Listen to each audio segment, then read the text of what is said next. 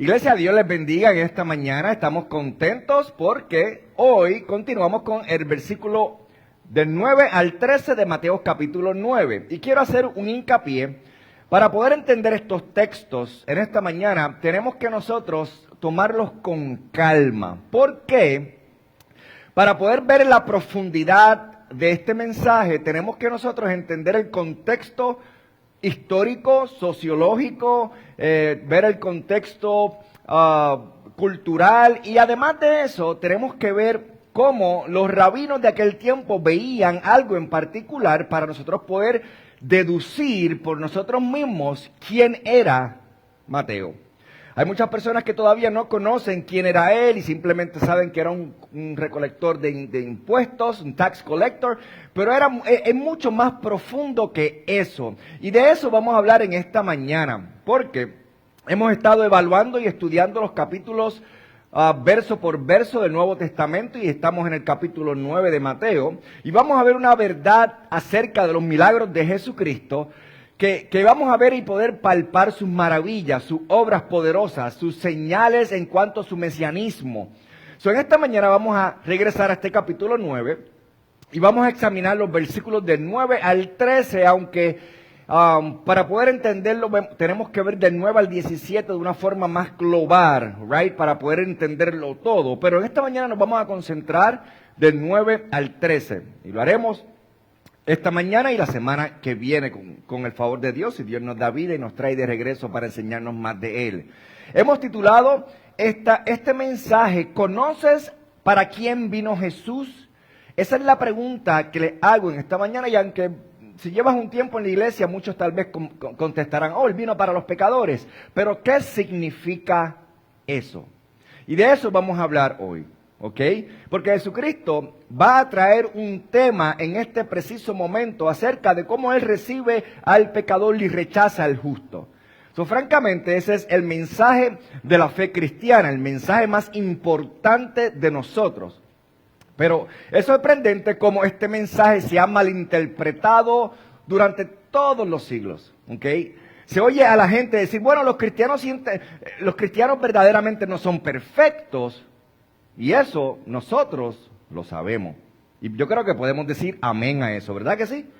No somos perfectos. Porque nosotros sabemos con claridad que nosotros ninguno somos perfectos. O tal vez escuchas a otras personas decir, bueno, las iglesias están llenas de gente imperfecta. A lo cual también nosotros decimos amén. Sabemos que somos imperfectos. Por eso estamos aquí, ¿verdad? Nosotros somos un grupo de gente imperfecta buscando de la fuente de perfección, que es Cristo Jesús. Hay otros que escuchan decir, bueno, la razón por la cual yo no voy a la iglesia es porque la iglesia está llena de hipócritas. A lo cual yo siempre respondo de una manera de humor, bueno, estás bienvenido también, uno más no hace la diferencia.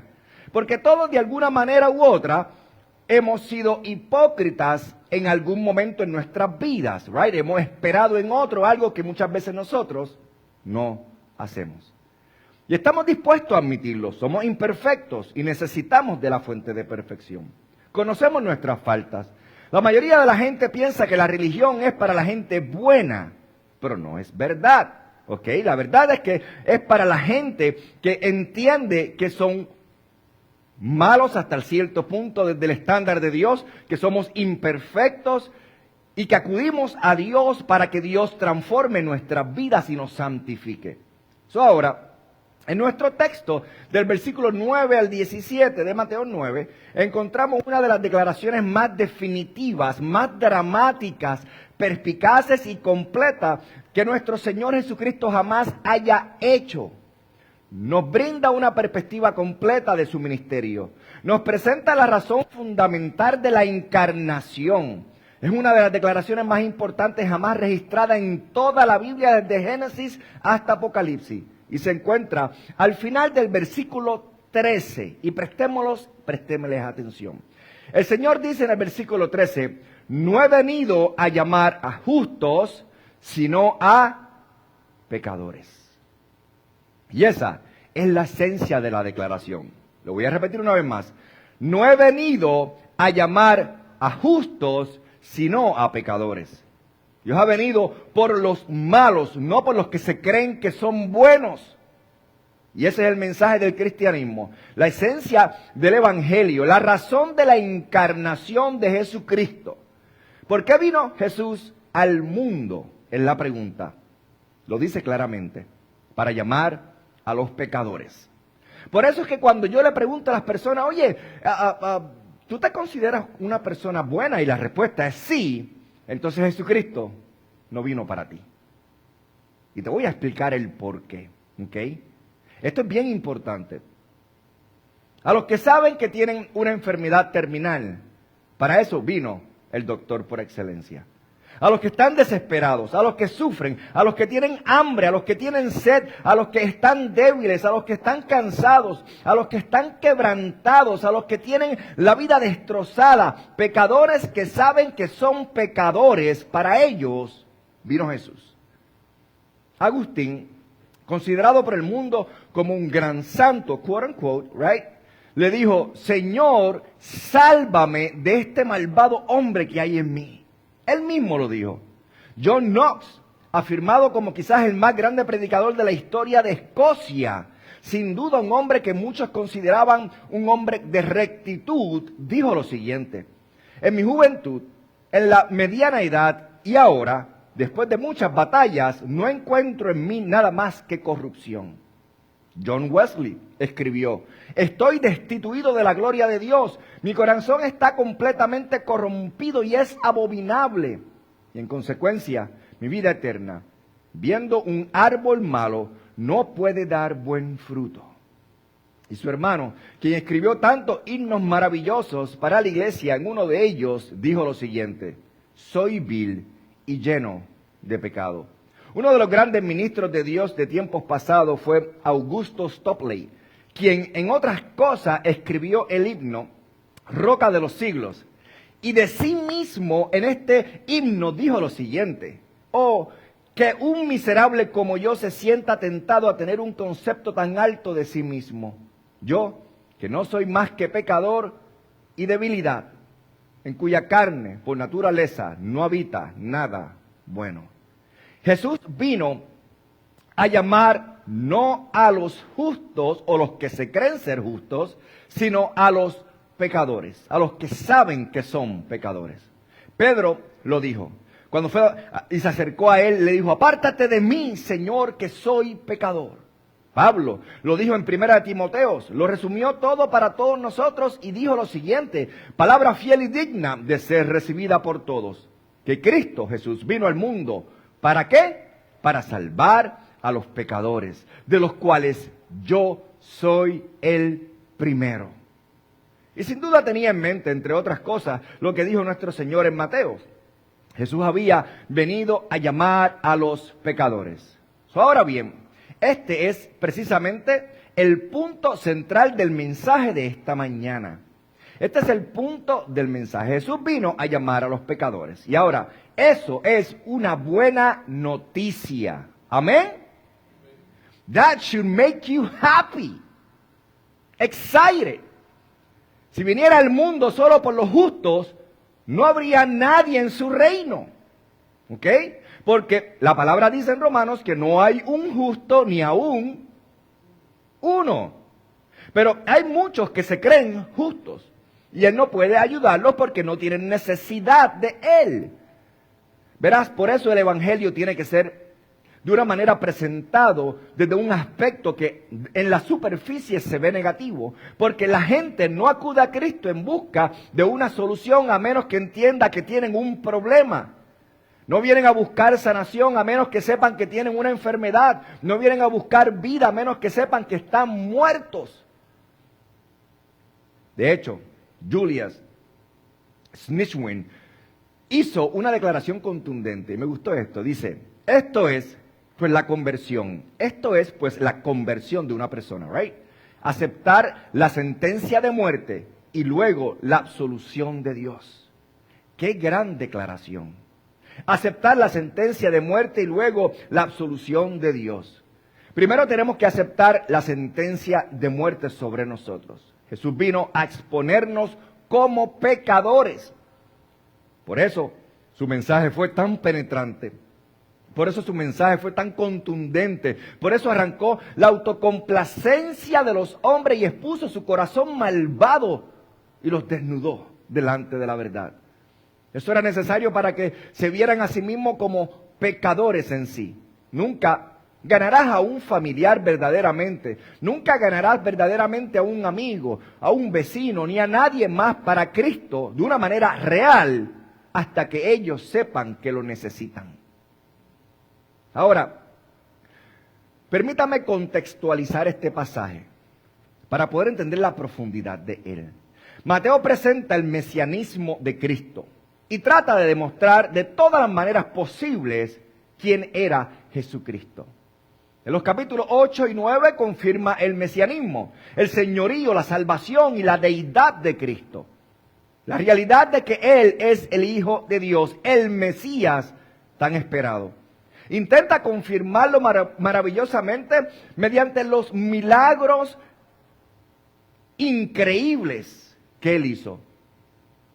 Pero estos milagros están específicamente seleccionados, categóricamente seleccionados para mostrar la veracidad o la variedad de credenciales del Mesías y cómo cumplen con todas las expectativas del Antiguo Testamento.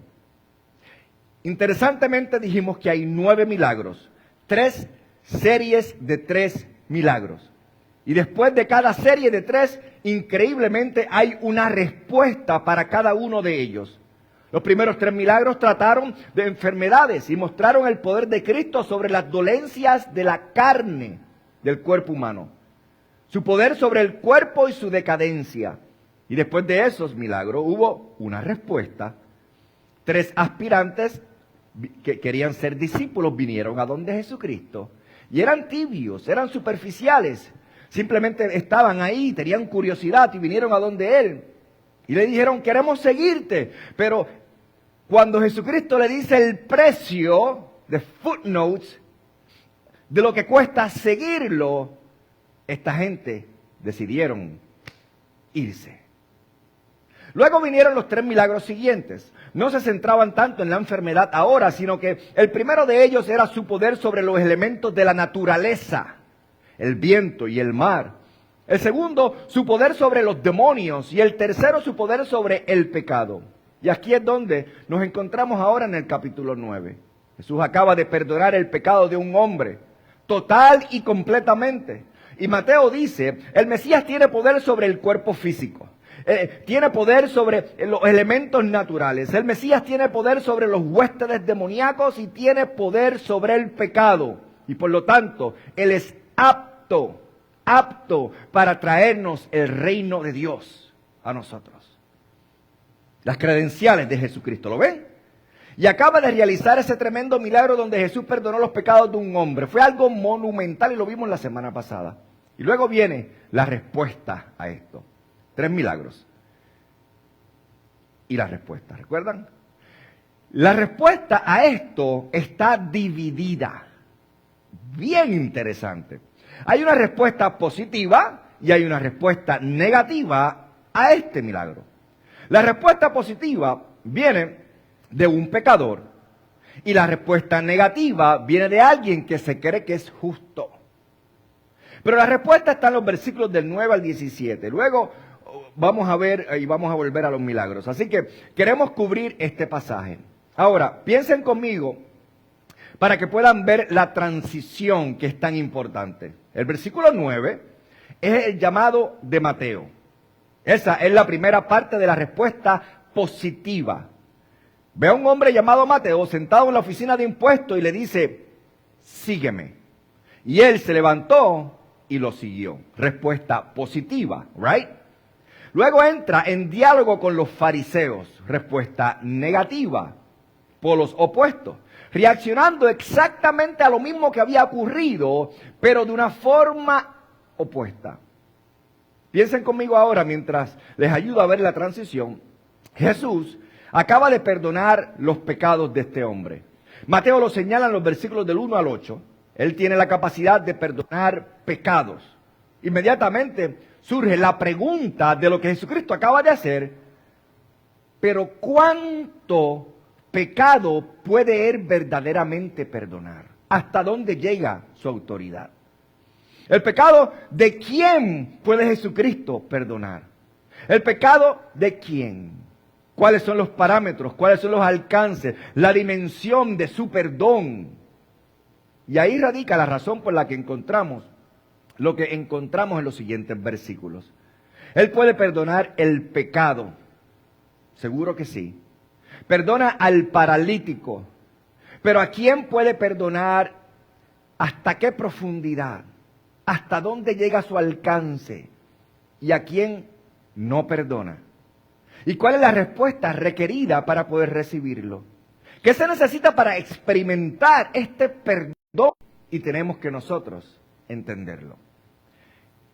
Vamos a ver la profundidad de esto, hermanos, porque es fenomenal.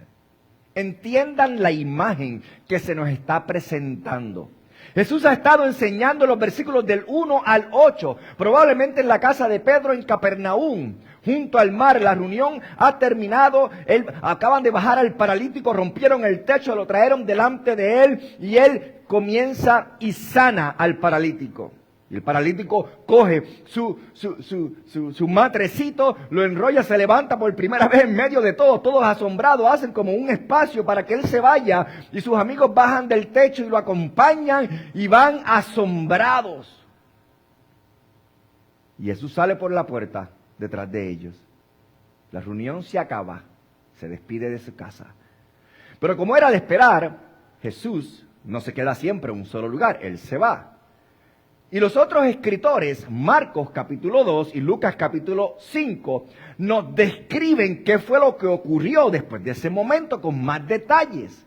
Por eso es importante complementar la historia con los evangelios en su totalidad para poder ver la imagen total. Camina por la orilla, al extremo norte del lago de Galilea cuando sale de la casa y se va. Y detrás están sus discípulos, al menos los que han sido llamados por Jesús. Pero detrás de los discípulos, ¿sabes quiénes están? La multitud.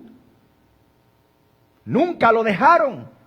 Estaban asombrados, estaban fascinados. Puede que la reunión haya terminado en la casa, pero ellos lo siguieron, no se quedaron allí. They wanted to see more. Querían ver más y más y más y más y más. Y él caminó por la orilla rodeado de una multitud y en ese punto llegamos al versículo 9 de esta mañana. La palabra dice, pasando Jesús de allí, es decir, de la casa en Capernaum donde estaba y había sanado al paralítico y le había perdonado los pecados, saliendo de allí, caminando por la orilla, vio a un hombre llamado Mateo. Por cierto, en el otro evangelio se le llama Leví. ¿Lo sabías? No es raro que un hombre tenga dos nombres. It's not uncommon, right? No es raro. Tomás se llamaba Dídimo. Bartolomé tenía otro nombre y pudo haber sido como Simón Pedro. ¿Recuerdas cuando era Simón y Jesucristo le dijo, de ahora te va a llamar Pedro? Lo más seguro también, Leví, y el Señor le dio el nombre de Mateo. ¿Sabes por qué? Porque Mateo, ¿sabe lo que significa? El don de Jehová. Realmente, no sabemos por qué tenían dos nombres. We don't know. Pero Leví y Mateo eran la misma persona, es el punto. Pero lo vio sentado en la oficina de impuestos y le dijo, sígueme. Y se levantó y lo siguió.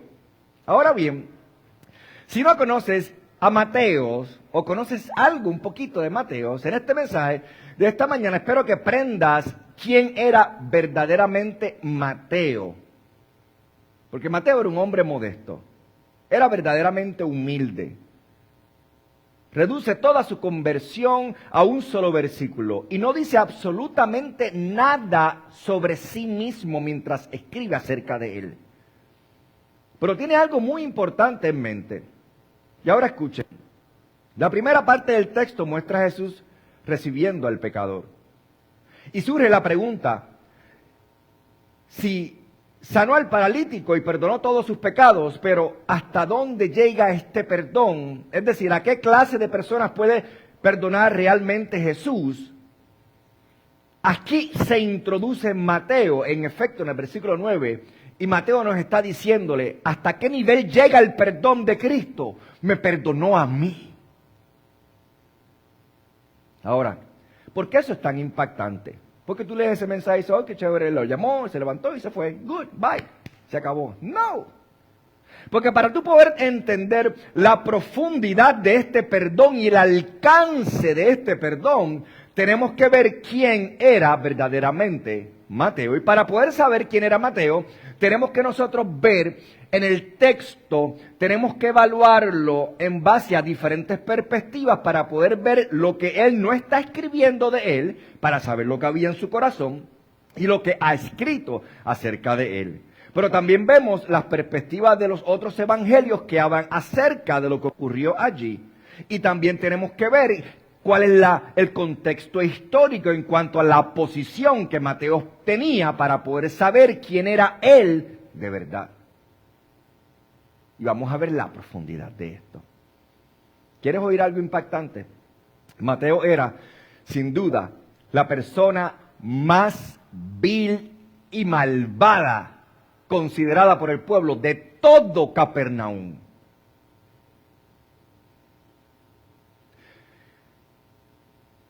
Según la opinión general de la época, Mateo era el pecador más miserable de la ciudad. Por eso se usa a sí mismo como ilustración. Ahora te pregunto yo, si tú vas a escribir un libro y tú vas a escribir algo de ti, lo último que tú harías sería denigrarte a ti mismo. Right? Oh, yo soy... No, cuando tú escribas una biografía acerca de ti, vas a poner que tú eres el... Olvídate, right?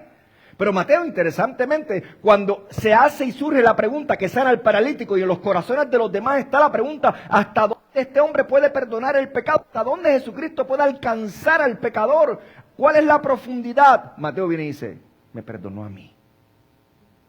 Se utiliza a sí mismo para decir, la profundidad es incomprensible porque me perdonó a mí. ¿Sabes quién soy yo? Averígualo. Y comenzamos a averiguar.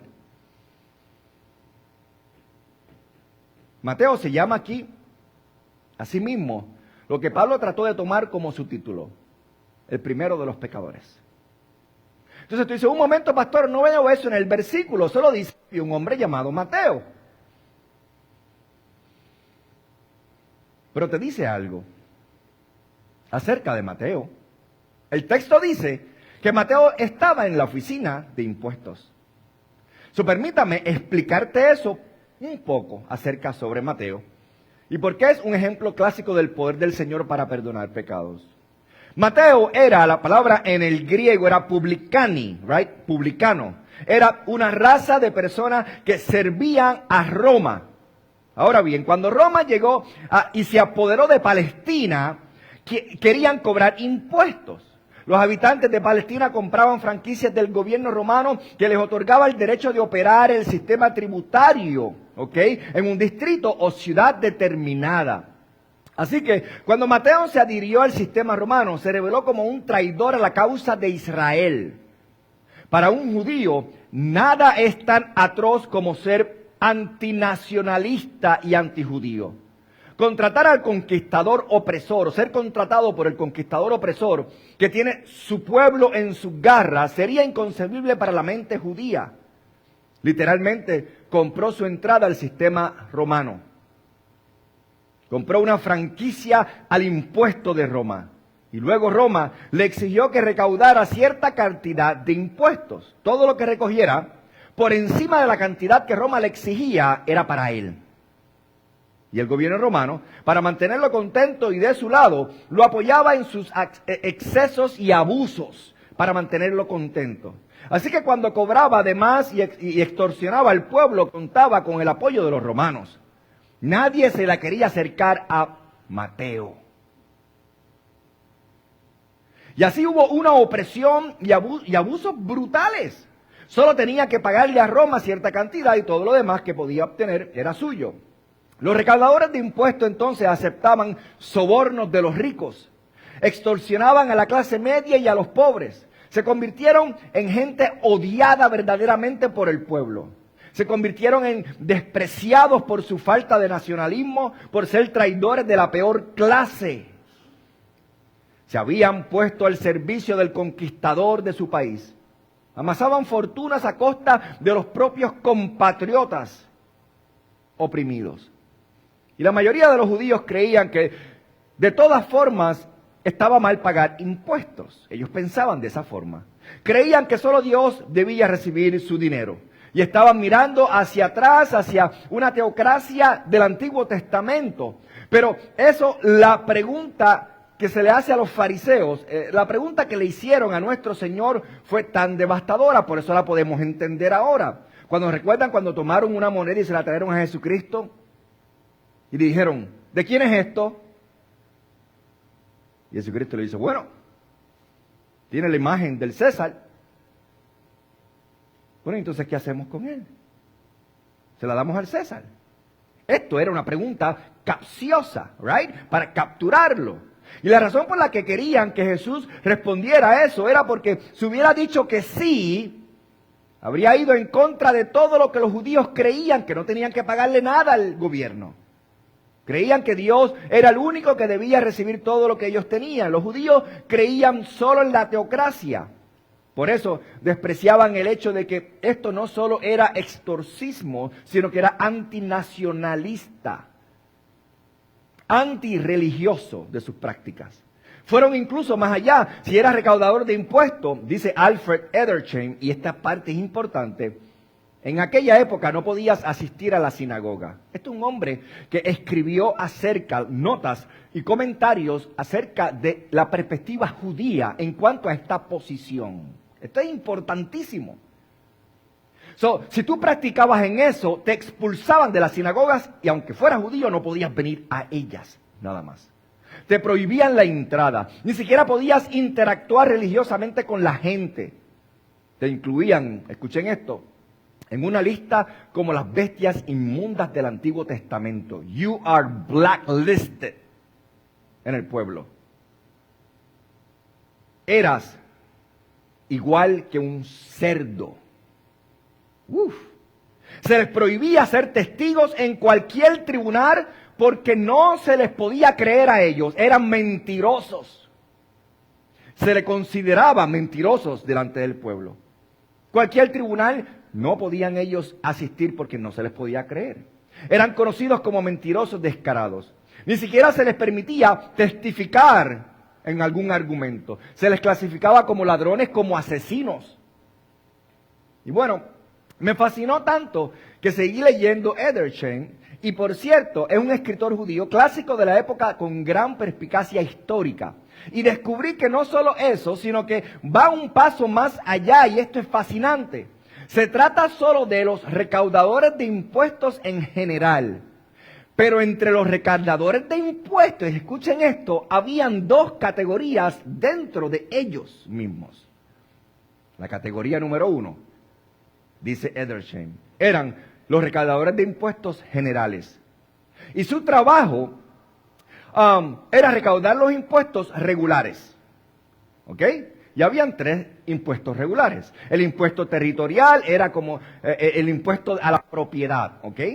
Estaba el impuesto sobre la renta y luego estaba el impuesto de la matrícula o de la matriculación, right? En otras palabras, si estabas vivo, debías pagar impuestos por estar vivo. Si estaban muertos, entonces no tenías que pagar. Así que existía el impuesto al poste, lo que se llamaba el poste. El impuesto sobre la renta y el impuesto territorial. El impuesto territorial, 1/10 parte del grano, 1/5 parte de la fruta y vino. El impuesto sobre la renta era 1% de los ingresos. Y el impuesto al poste era una cifra que variaba constantemente. Ahora bien, el recaudador general de impuestos se encargaba exclusivamente de esos 3 impuestos. Y su título en hebreo era Gabbai, que se parece mucho a goodbye. Adiós. Cuando lo das, Ves el dinero irse, bye, right? Para que te acuerdes del nombre. Pero el recaudador general de impuestos era el gabay. Y su trabajo consistía simplemente en cobrar estos impuestos básicos y regulares al pueblo y luego añadirle recargos para enriquecerse sobre ellos. Pero había otro tipo de recaudador. ¡Wow! Este se encargaba de los impuestos que no eran los más fijos. Su trabajo era recaudar los impuestos de todo lo demás que no caían en estas tres categorías.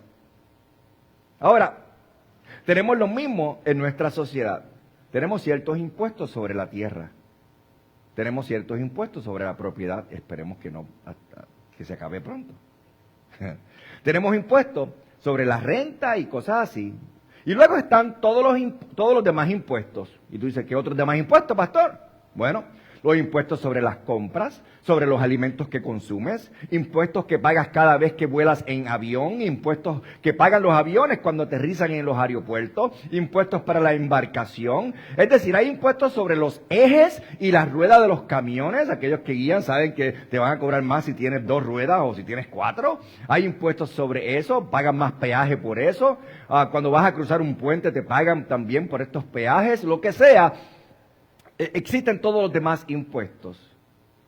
Y eso entra en la segunda categoría del recaudador. Ahora bien, estos deberes se le otorgaba a un hombre que se le llamaba o se le describía con un título diferente a gabay. Se le llamaba a este recaudador moqués. Podía recaudar impuestos sobre todas las importaciones, todas las exportaciones, todo lo comprado, todo lo vendido, cada camino, cada puente, cada puerto, cada pueblo, de todo. Y Edersheim, este rabino, dice que podían, escucha bien, que podían inventar impuestos sobre cualquier cosa que ellos quisieran. Podían imponer impuestos sobre los ejes, cuanto más ejes tenías, más impuestos pagabas. Ejes de carreta, impuestos sobre las ruedas. Cuantas más ruedas tenías, si tenías una carreta de 2 ruedas, era más barato que transportarla que una de 4. Animales de carga, escuchen esto. Si el burro que tú tenías tenía 3 patas, porque una la perdió, pagaban menos impuestos que el que tenía 4 patas. Esto es interesante. ¿Sabes que también habían impuestos para los peatones? Costaba dinero cruzar ciertas calles, cruzar cierto puente, impuestos de carretera, impuestos de circulación, impuestos de mercado. Si querías tener tu pequeño negocio en el mercado, pagabas un impuesto. ¿A quiénes? Al moqués. Impuestos sobre tu barco, impuestos sobre tu bote, impuestos sobre tus muelles. El puesto que también tenías que pagar, porque si ibas a pescar tenías que pagar impuestos por tu bote, pero cuando pescabas tenías que pagar impuestos por los peces que cogiste.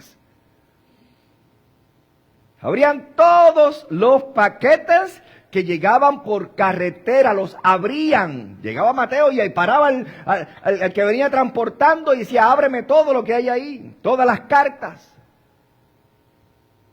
Aunque fueran privadas. Porque si la carta contenía algún tipo de negocio, de transacción, también tenía que pagar taxes por ellos. Podían aplicar impuestos a lo que quisiera Mateo. Ilimitado. Los gabay eran despreciados, pero los moqués eran aún más despreciados. Eran indiscriminados, eran abusadores, eran opresivos e injustos. Y Edersheim dice que eran ellos quienes se sentaban en la confluencia de los caminos donde Mateo estaba sentado. Ahora bien, Mateo habría estado sentado junto al porte norte del mar de Galilea. Y probablemente allí se recaudaban impuestos sobre todo lo que se desarrollaba en el lago, en la industria, en la pesca y demás. Habría estado en un punto estratégico, también en el camino a Damasco y de oriente hacia el oeste. De modo que probablemente cobraba impuestos a todos los que pasaban por el este y el oeste. Así que tenía una de las franquicias fiscales, Mateos, realmente importante que los romanos habían otorgado. Había comprado la mejor franquicia de todas. El guiso estaba puesto en sus manos. Y ahora bien, Mateo no era un gabay. Mateo era un moqués. Era el más odiado de los odiados. El opresor, el injusto, extorsivo, robaba a la gente, cobraba impuestos por todo y tenía a los romanos detrás. De modo que la intimidación y la amenaza sobre el presente eran evidentes. Adershim, este rabino, incluso continúa diciendo esto, y esto es sumamente interesante. De los moqués, habían dos tipos también, dos tipos. Los primeros eran llamados los grandes moqués. Eran los que contrataban a alguien para que se sentaran a la mesa y se quedaran allí haciendo el trabajo sucio mientras ellos estaban detrás de las puertas escondidos. Tenían a alguien trabajando para ellos y el pueblo veía a ese que ellos contrataban y ellos podían salir afuera y nadie sabía quiénes eran ellos. Su reputación estaba más limpia. Y luego estaban lo que los hebreos llamaban los pequeños moqués. Los pequeños moqués no contrataban a nadie, eran ellos mismos los que hacían el trabajo. Y por lo tanto, no se podían esconder. Ellos se sentaban a la mesa, eran demasiado tacaños para pagarle a alguien más y demasiado indiferentes a su reputación como para preocuparse por lo que pensaban los demás. No les importaba, lo hacían ellos mismos. Y dicen, no tengo que pagar a nadie, me lo economizo. Una cosa era ser tabernero, pero era peor ser un moqués. Pero era peor que eso. No simplemente era más malo ser un moqués, sino que era peor ser un moqués, pero ser el pequeño de los moqués. ¿Y sabes quién era Mateo? Mateo era el pequeño de los moqués de Capernaum. El peor hombre de la ciudad. Para la gente era el ser humano más miserable del pueblo. Lo odiaban, ¿de qué manera? Mateo, veían a Mateo a la distancia y se iban para el otro lado. ¿Y sabes por qué le tenían que pagar a Mateo cuando se encontraban con él? Porque le tenían miedo.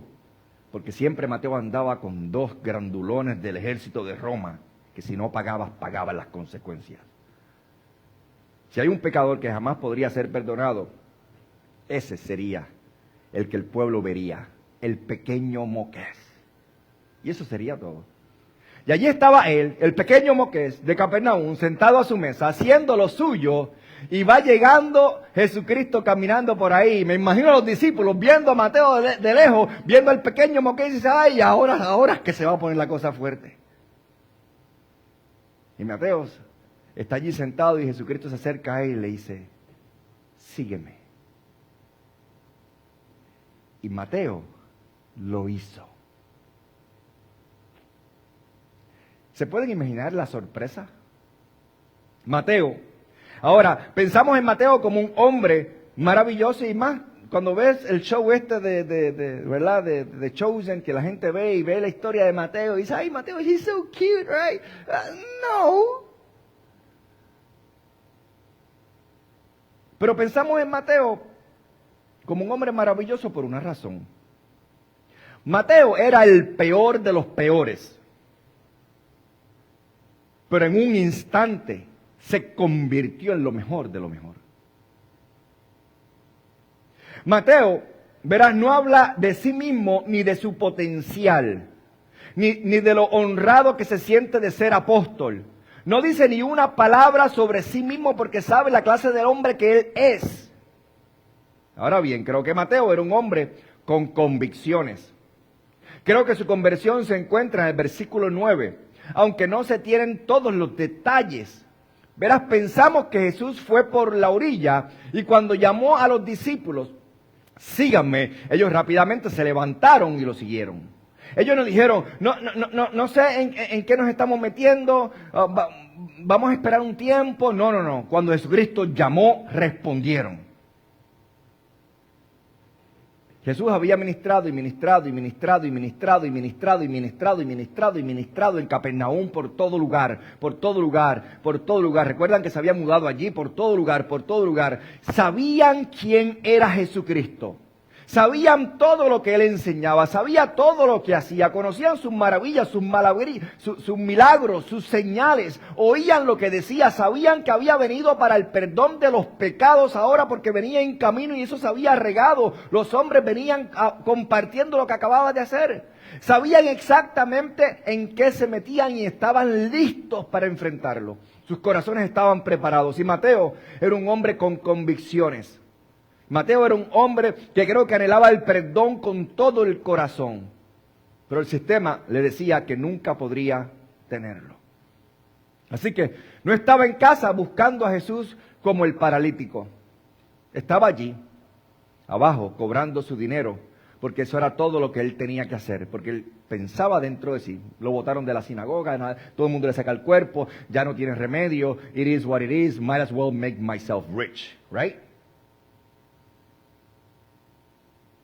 Pero al escuchar acerca de Jesús y todo lo que estaba haciendo a su alrededor y todo lo que había hecho, despertó en él un anhelo por salir de esa posición donde se encontraba y ser el más rechazado de la sociedad a recibir el perdón de Dios porque se había dado cuenta de que estaba haciendo algo que no debía de hacer.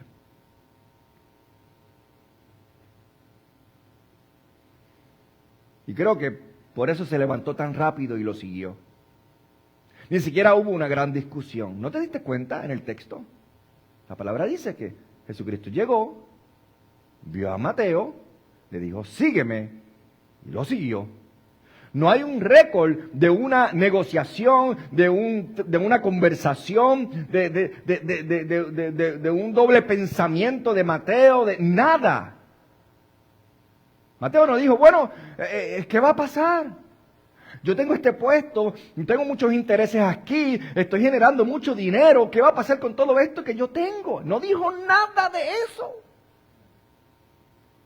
De hecho, Lucas añade una breve declaración fascinante. Lucas añade que Mateo dice que lo dejó todo. Pero Mateo de él mismo no lo dice. Eso te dice algo acerca de Mateo. Mateo, demasiado humilde. No va a hablar de lo que dejó. O sea, si fueras pecador y Jesús te dijera, sígueme, podrías seguirlo y siempre podrías volver a los peces, right? Si tú eras un pescador y Jesucristo te decía, sígueme, tú podías irlo y si la cosa salía mal, regresaba y se podía seguir pescando. Pero si eras un recaudador de impuestos, habías comprado una franquicia, tenías un punto establecido y lo abandonabas, inmediatamente Roma te reemplazaba. Así que el precio que pagó Mateo fue mucho más alto que el de otros pescadores. Y se marchó. Y Lucas dice, y lo abandonó todo. No dijo, bueno, voy, Señor, pero, oye, con estas bolsas que tengo aquí llenas de dinero, yo puedo financiar tu ministerio. Él no dijo eso.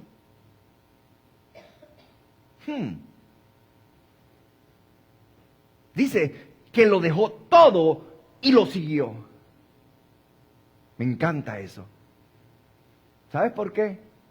Porque el Señor no necesitaba eso. Mateo sabía del Señor. Su base había sido la ciudad de Capernaum. Y solo hay que ir a Capernaum para ver qué es Capernaum. Capernaum es un lugar diminutivo, es una ciudad pequeñita. Milagro tras milagro, tras milagro, tras milagro habían ocurrido allí. Él sabía quién era Jesús.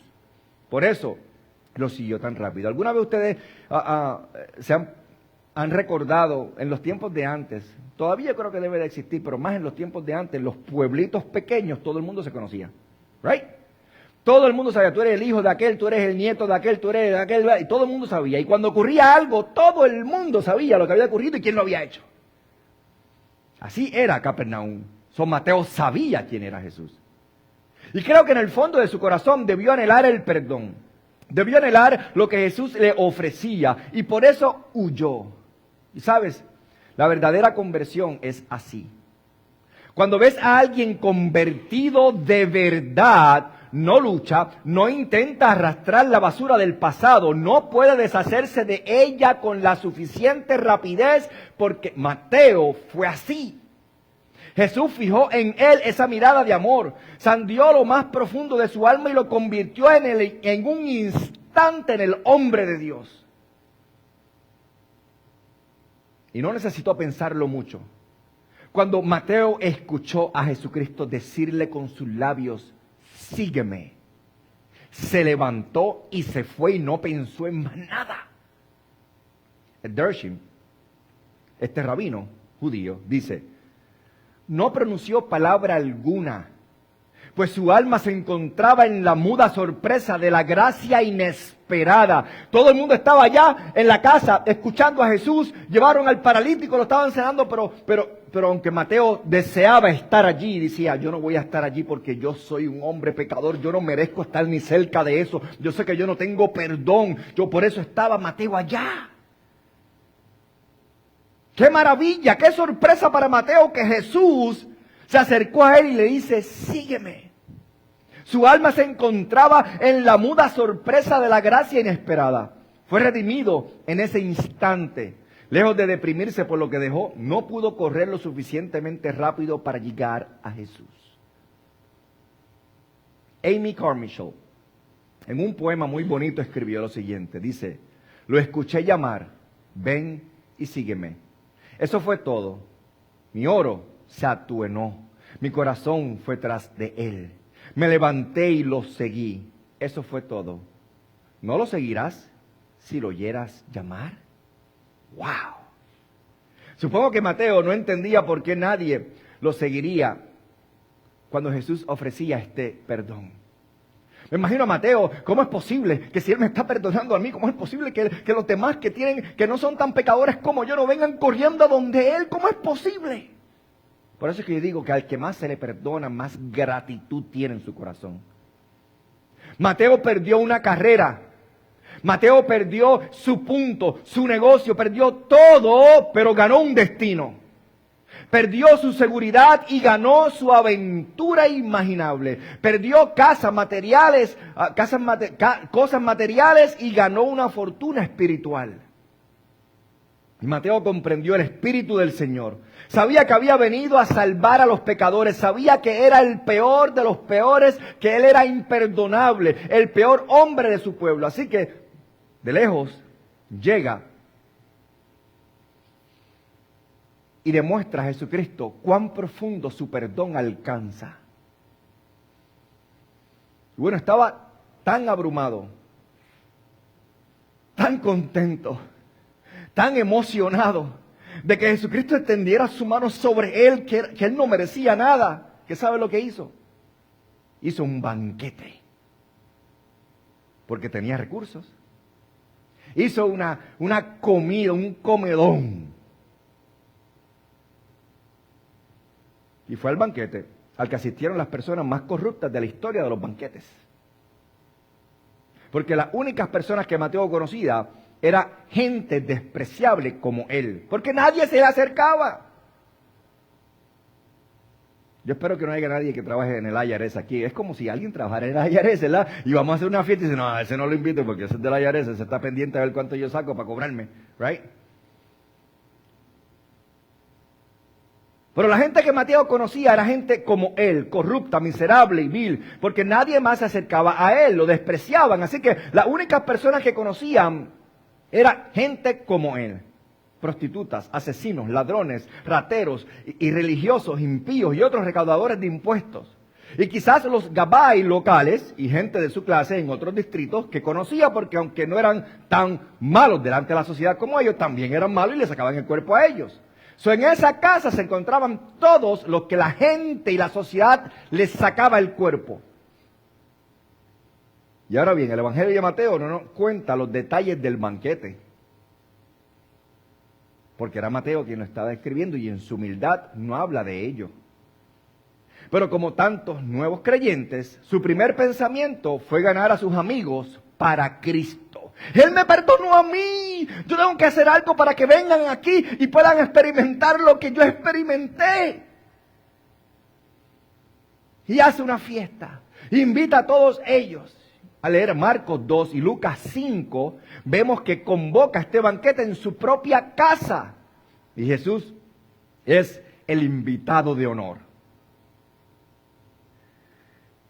No hace una fiesta por hacer una fiesta. La intención de Mateo era presentar a aquel que lo había salvado. Y Jesús es el invitado de honor. Él lo tiene todo organizado. Invita a toda la gente miserable, corrupta, vil de Capernaum. Y todos están en un mismo edificio. Y Jesús es el invitado de honor. Y ahora bien, algunos arrogantes podrían decir, bueno, no debería acercarse a esa gente malvada. Y eso era exactamente lo que pensaban los fariseos. Pero Jesús no actuaba de esa misma manera como ellos. Hay una manera correcta de tener comunión con los pecadores, ¿lo sabes?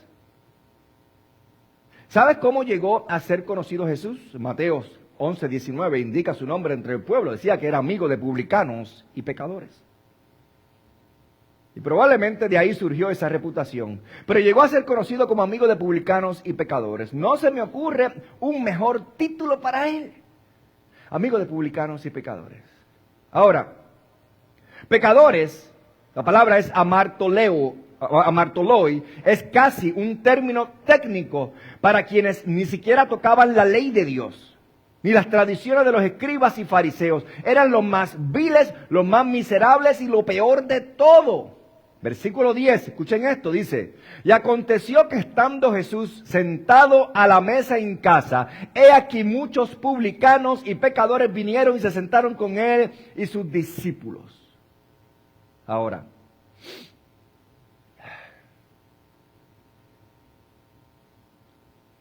yo creo que existe un paradigma, right? Una imagen de cuando tú ves a alguien que ha sido un asesino en serie, right? Y lo ves en la televisión. Cuando yo digo un asesino en serie, o alguien que pertenece a una ganga, que es asesino, y la imagen que te viene a la mente, yo creo que todas se parecen. ¿Cierto o no es cierto? En la mente de todos nosotros. Imagínense a un asesino en serie. Una persona que está en gangas, que pertenece a ellas y que ha matado a cientos de personas. Esa persona que te viene a tu mente. Imagínate ahora a muchas de ellas a la misma vez sentado en la mesa alrededor de Jesús.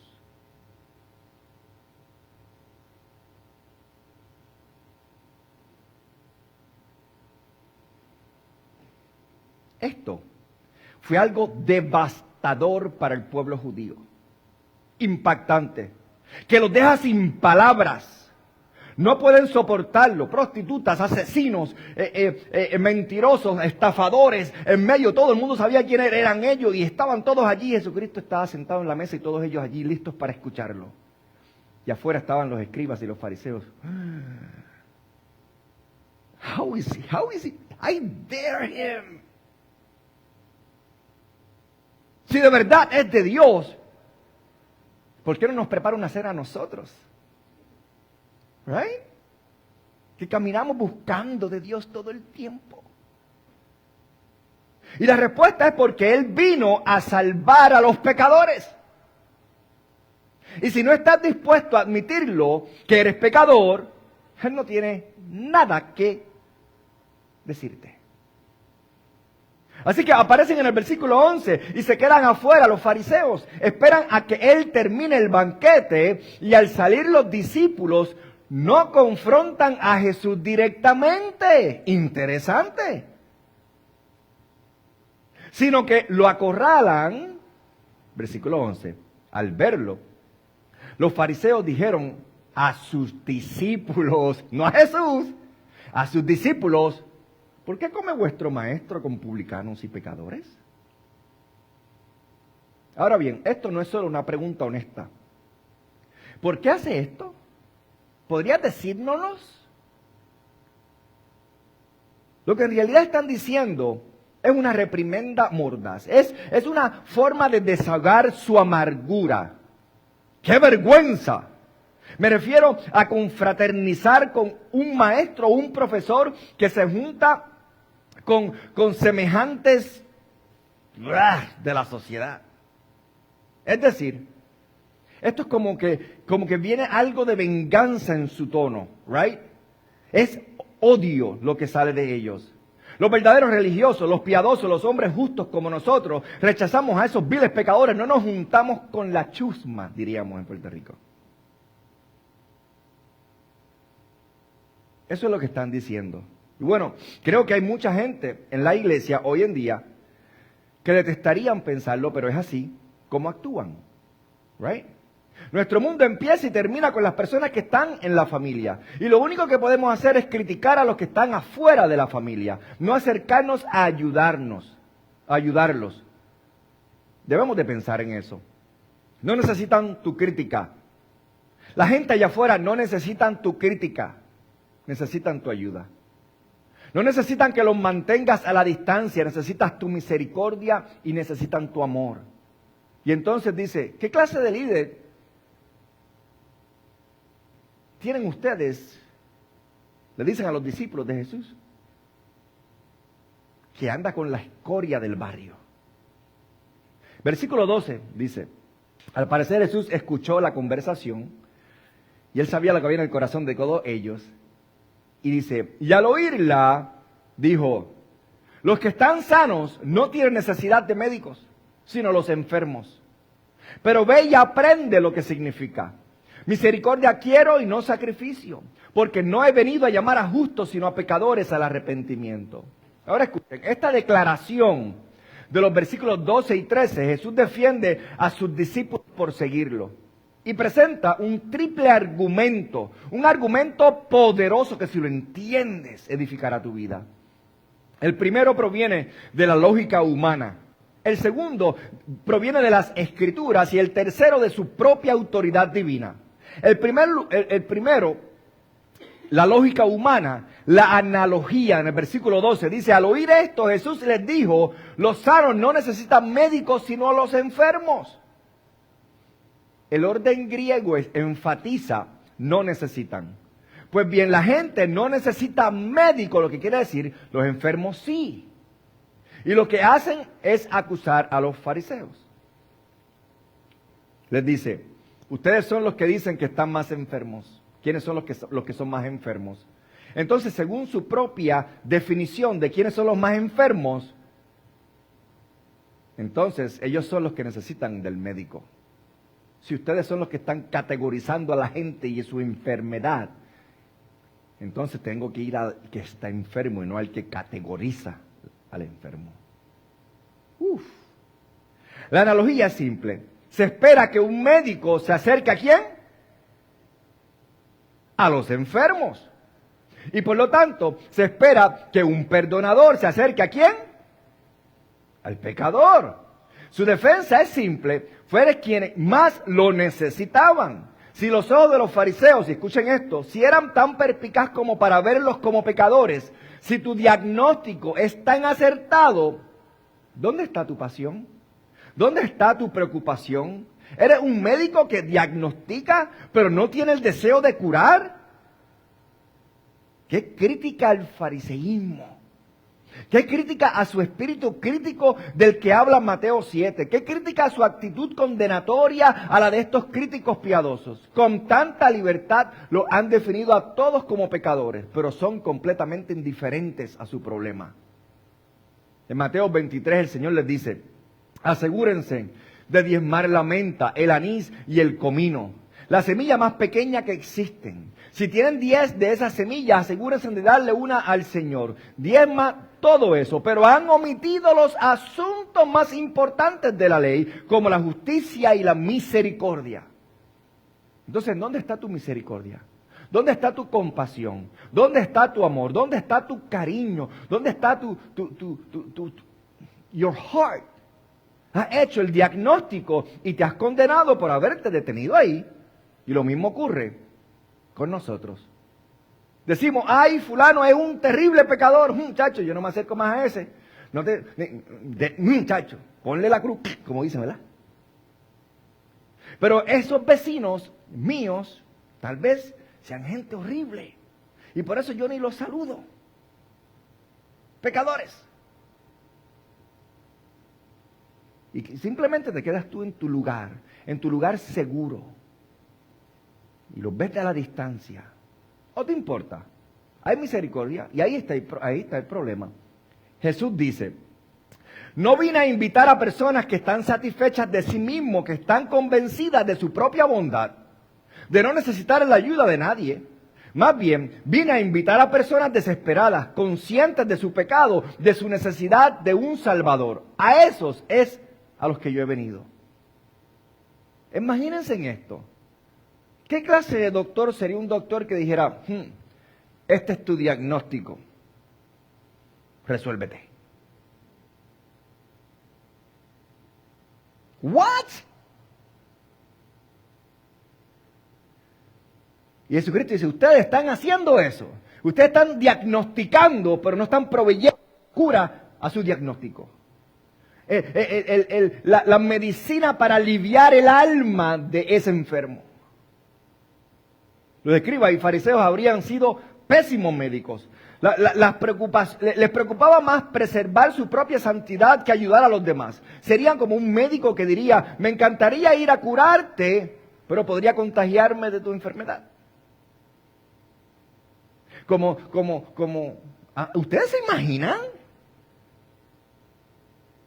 A menudo el médico diría, sin duda te daré un diagnóstico, pero no tengo tiempo para preocuparme por una cura para ti, así que, Jesús llega y expresa la plenitud de la declaración de Éxodo 15:26, donde Dios dijo, yo soy el Señor que te sana.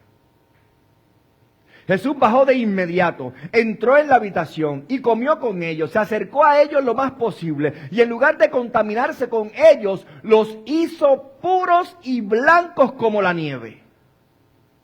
¡Aleluya! Él era el iatros divino, el médico divino por excelencia. El argumento de la analogía es contundente. Si están enfermos, necesitan de un médico. Y vaya qué acusación. ¿No crees que estás enfermo y eres el más enfermo de todos? Eso era lo que Jesucristo le estaba diciendo a ellos, a los fariseos que se creían que hacían todos los rituales correctos. ¿Te crees que no estás enfermo? Pero es el más enfermo de todos. El segundo es un argumento de las Escrituras en el versículo 13. Y aquí los acorrala con su propia Escritura. Les dice a ellos, vayan y aprendan. ¡Wow! Por cierto, esta declaración, vayan y aprendan, proviene de los escritos rabínicos. Se ve muchísimas veces en ellos. Los rabinos solían usarla como una exhortación o una reprimenda a quienes no sabían realmente lo que debían saber. Vayan y aprendan, dice. Regresen a los libros y vuelvan cuando hayan obtenido la información y aprendan lo que dice su propio texto. Y cita a Oseas 6:6, misericordia quiero y no sacrificio. En otras palabras, Dios dice, no me interesan los rituales, me interesa un corazón misericordioso. Y allí estaban, participaban a toda máquina, a todo el ritual, pero no tenían misericordia, compasión y amor por un pecador. Y en Oseas, ¿recuerdan? Dios le dijo a su pueblo, han cometido prostitución, han cometido adulterio, han caído en la idolatría, me han dejado, me han abandonado y aún siguen practicando su pequeño ritual religioso. ¿Really? Así le dicen en Oseas 6:6. No es sacrificio lo que quiero de ustedes, sino misericordia. En otras palabras, busco sus corazones. Bienaventurados los misericordiosos, ¿recuerdan? Porque ellos alcanzarán misericordia. Y eso es lo mismo que dicen las bienaventuranzas. Dios acusa a los fariseos diciendo, nunca obtendrán la misericordia de Dios porque no muestran misericordia con nadie, lo cual indica que sus corazones no son rectos verdaderamente, aunque pretendan serlo. ¡Wow! Todo eso está ocurriendo en el corazón de ellos y estas palabras están llegando con lo que dice Jesucristo en tan pocas palabras. Jesús le muestra a los religiosos engañados que eran mucho peores que los publicanos y los pecadores. Y les dice, vayan y aprendan. Regresen a los libros porque están confundidos. Lo han sacado fuera de contexto para crear un pretexto y justificarse ustedes mismos. Pero regresen y busquen el corazón de Dios en el texto. Ahora bien, escuchen esto. Dios había instituido el sistema de sacrificios, ¿recuerdan? Dios había ordenado a Israel que ofrecieran esos sacrificios, pero solo los agradaba cuando era la expresión de un espíritu quebrantado, un corazón contrito y humillado. Y cuando el corazón no era recto, el ritual era abominación para él. Incluso dice en el texto, en la palabra de Dios, que dice, si tienes algo en contra de tu hermano y vas a traer tu ofrenda, déjala allí, arregla tus cosas y ven entonces y preséntala. Y aquí le está diciendo, quiero misericordia. Dicen que son justos porque cumplen el ritual. Yo digo que son viles porque no muestran misericordia. Y ese es el verdadero indicador de la condición del corazón de una persona. No tiene el corazón de Dios. Dios nunca se complace con rituales separados de la rectitud personal.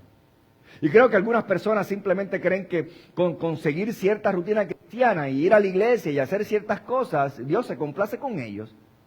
Él nunca se complace con una rutina que esté separada de la santidad personal.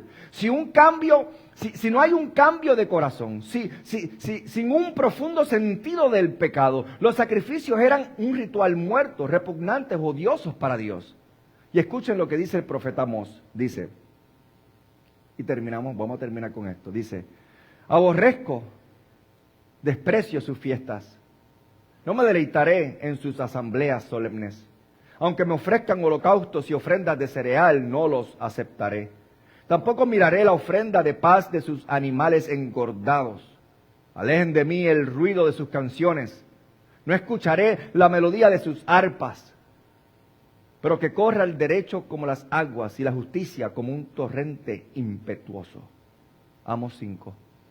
Él dice, yo ordené todas esas cosas, es cierto, pero la aborrezco porque sus corazones no son rectos. Quiero justicia y quiero rectitud. Y el tercer argumento, concluimos con este, el tercer argumento es con base en la lógica y la analogía. Argumentó con base en las escrituras del Antiguo Testamento y finalmente argumentó con base en su propia autoridad. Él dice, porque no he venido a llamar a justos, sino a pecadores. Las dos últimas palabras. 2 arrepentimientos. No aparece en este texto en los mejores manuscritos, pero sí aparece en uno de los otros evangelios, por lo que encajan en esta situación. Pero en nuestro texto dice, no he venido a llamar justos, sino a pecadores. ¿Sabe lo que dice Lucas 18:9? Escucha esto. Los fariseos se creían justos, así que aceptan su autoevaluación. Dices que eres justo, aceptas tu autoevaluación, no tengo nada que decirte, he venido a llamar a pecadores. Si tú te crees justo, entonces no tengo nada que decirte. Cuando le preguntas a alguien si piensan que esa persona es buena y la persona dice que sí, que es buena, Jesucristo no tiene nada que decirle a esa persona. ¡Wow! Ese es el punto. Lo dice la lógica, lo dice la Escritura y lo confirma Jesucristo.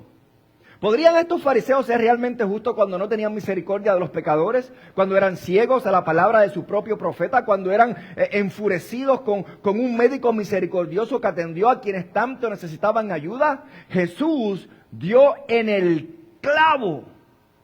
Por cierto, la palabra llamar se usa a menudo.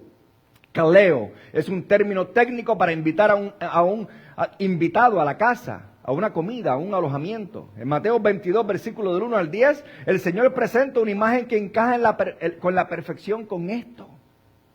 Déjame recordártela para terminar. Recuerden que el Señor describe su reino como un banquete y envía invitaciones. Pero todos los invitados se niegan a venir. ¿Recuerdan la historia? Y esa es la imagen de Israel. Y luego dice, vayan por los caminos y los senderos y encuentren a los pobres, a los cojos, a los lisiados y a los ciegos y tráiganlos. Verás, el reino es para los hambrientos y sedientos. ¿Estás hambriento y sediento de Él? Porque si lo estás, serás saciado. El reino es para los dolidos, los que lloran, los mansos y los pecadores. ¿Te consideras tú dentro de ese grupo? Eso es lo que Él está diciendo.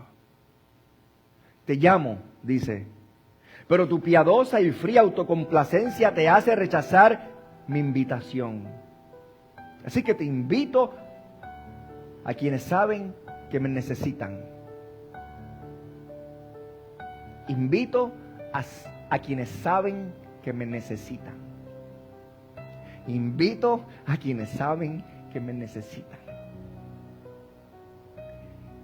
Este es el tema, amados, del Evangelio. Es que Jesús vino a salvar a los pecadores que saben que lo necesitan. Ese es el tema recurrente y constante. Y hasta que no sepas que eres pecador y que lo necesitas, Jesucristo no tiene nada que ofrecerte. Mateo lo sabía. Y se levantó y siguió a Jesús. Y el resto es una historia gloriosa. ¿No es así? Mateo se convirtió en un santo de Dios que escribió este evangelio incomparable y entró en una herencia espiritual que perdura para siempre. Mateo cambió lo que tenía a nivel material en este mundo por algo que dura toda una eternidad.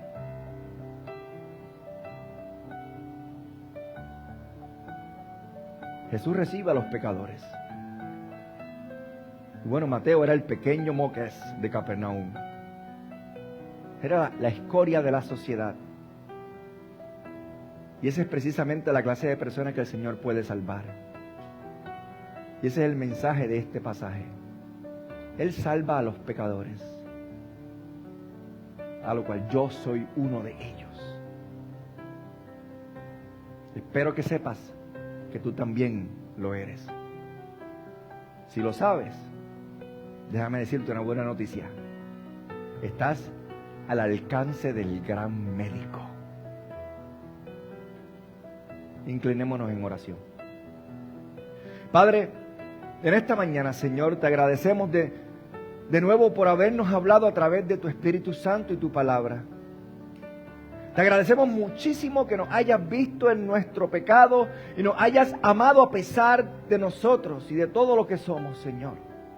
Que nos hayas cuidado cuando no valíamos la pena. Que nos hayas redimido para ti por la sangre de tu Hijo. Gracias, Padre, por ese gran regalo. Que nosotros, aún siendo pecadores, Señor, moriste por nosotros en la cruz del Calvario, para pagar el precio por aquel que se considera que necesita de ti. Y Señor, oro también por quienes están aquí en esta mañana o nos están viendo por el internet, Señor, y quizás nunca hayan invitado a Jesucristo a su vida. Que nunca tal vez se hayan considerado viles pecadores en sí mismos. Que en esta mañana lo sepan y lo descubran y vengan a ti y te escuchen decir, sígueme. Y que se levanten y te sigan, Señor. Que estén dispuestos a soltarlo todo y digan, Señor, heme aquí, Señor, heme aquí, Señor. Que nadie, Padre, se vaya de escuchar este mensaje sin un sentido o un sentimiento de pecado y sin invocarte ni agradecerte el perdón por haberlo recibido, Señor. Que entiendan, Señor, que no nos estamos jugando, sino que estábamos muertos en el pecado.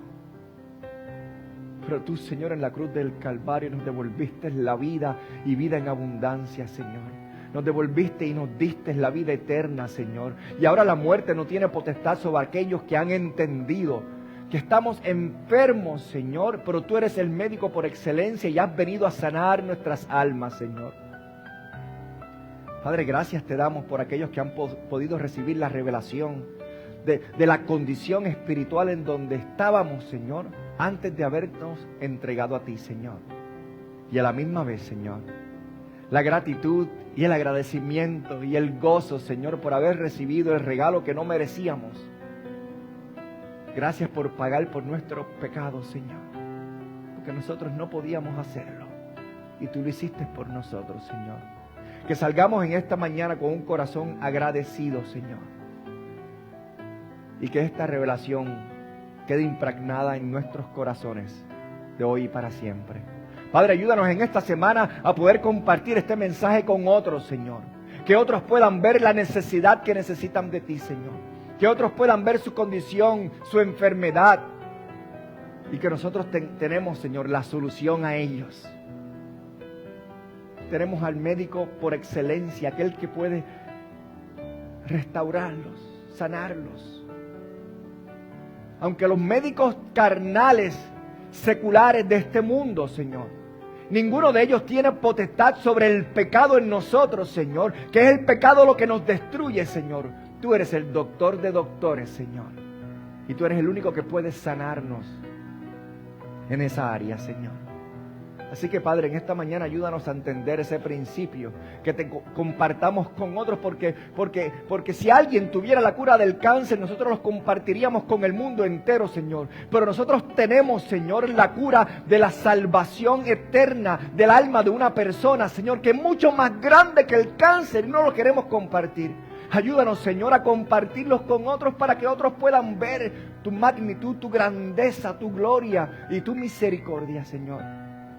Tú no has venido para aquellos, Señor, que se creen que son buenos y justos. Tú has venido para aquellos que han entendido que necesitan redención, que necesitan del médico por excelencia, que necesitan del Salvador. Tú estás tocando la puerta de sus corazones, Señor. Si ellos se dan cuenta, escucharán tu voz. Y tú entrarás en ellos y morarás en ellos. Y los invitarás a comer contigo y tú con ellos, Señor. Y Padre, ay, Señor, qué bonito es poder experimentar, tener una experiencia contigo, Señor, que transforme sus vidas. Padre, en el nombre de Jesús, Señor, te ponemos lo que hemos recibido en esta mañana en tus manos para que seas tú quien haga germinar esta semilla en nuestros corazones, Señor. Y que de hoy en adelante queramos no solamente compartirte con otros, sino querer venir, así como tú dijiste, a venir a aprender de ti, Señor. A venir a escuchar de ti, Señor. A venir a abrir tus palabras y poder consumirlas, Señor, todos los días que sean disponibles, Señor, para nosotros, Señor. Porque nos acerca a ti, nos alimenta y nos da, Señor, ese pan de vida que tanto necesitamos. Así que, Padre, en el nombre de Jesús, Señor, te ponga la vida de cada una de las personas aquí presentes y aquellas que nos ven por el internet, Señor. Sé tú con cada uno de nosotros, Señor. Y mientras cantamos una última alabanza, Señor, te la traemos como incienso agradable delante de tu trono, Señor.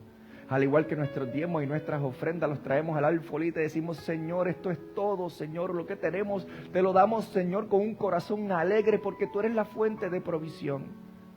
Padre, te pido por este ministerio, Señor, por este lugar que tú nos has permitido venir a escuchar palabra tuya, Señor, que nos edifica en gran manera, Señor. Que podamos atesorarlo, Señor, y comprender cuán importante es, Señor. Sabemos, Señor, no tenemos duda que este lugar es un faro para esta ciudad, Señor. Ayúdanos a poder atraer a otros a que vengan a recibir de ti, Señor. Padre, en el nombre de Jesús, Señor, te ponemos todo lo que somos y esta próxima semana en tus manos. Sé tú con nosotros, trayéndonos bendición tras bendición, gloria tras gloria y victoria tras victoria, Señor. Cuida de nosotros, de nuestros hijos, de nuestros padres, de nuestros amigos, de nuestros compañeros, Señor. Y haznos a nosotros, Señor, portadores de tu gloria. Y que otros puedan verte a través de nuestras vidas, no solamente con lo que decimos, sino en cómo vivimos, Señor, para ti. Gracias, Padre, por tu amor, por tu misericordia, por tu gracia y por tu provisión.